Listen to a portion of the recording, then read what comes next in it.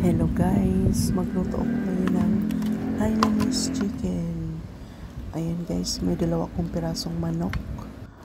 Ako ano siyang bidibon. Ayan, ano siyang buto guys.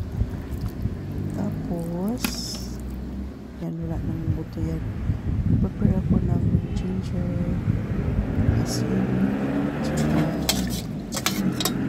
yan, magsain ako ng bigas yan gawin pan lagyan ng chicken oil, asin at saka halo ko rin yung murang sibuyas guys. Ginagawin madali lang to kasi yan halo lang siya dyan para ka nang sain ng kanin yan. Halo-halo lang dyan yung grated ginger, bawang at saka yung murang sibuyas. Tapos yung filet na chicken guys, then lagay sa ibabaw, sabay na siya ng pagluto ng bigas. Ganun lang kasimple guys yung pagluto ng Hainanese chicken. First time ko ito guys, yan, sinubukan ko lang bakit pero may naman ko na sa Hainanese chicken. Paborito kasi yun ng boss ko, yung Hainanese chicken. Makain kami lagi yun sa Robinson. Ito guys, nag-prepare na ako ng yan. Ano naman to, para sa sausawan. Ganun din, ginger din, bawang at saka yung murang sibuyas. I-chop ko ng maliit. Yan na siya guys, kunti lang lasa.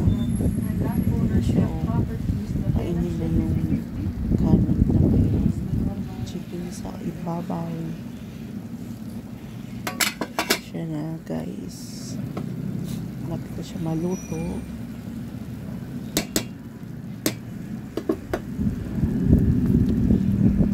Yung chicken luto na rin. Tapos guys, yan, ready ko na yung para sa sausawan niya. Ayan siya, nilagay ko dyan, lagyan din ng asin, ng salt konti. Tapos yung pinakakakanggata niya guys, niyog, gawin ko siya na ano ko siya, kuluan ko yung tapos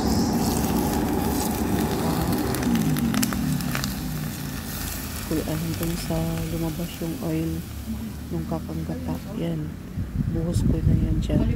Oil na siya ng kakanggata guys. Buhos ko na siya habang mainit pa.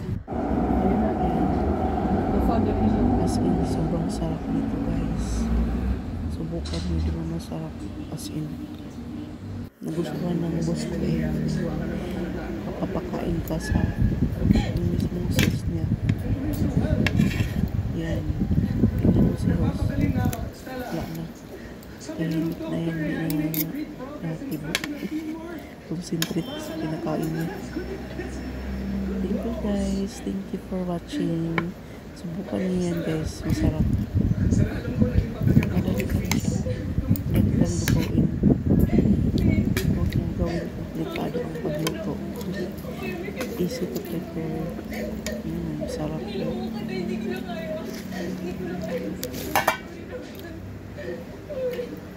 Thank you guys. Thank you. God bless everyone. Bye. Init-init pa.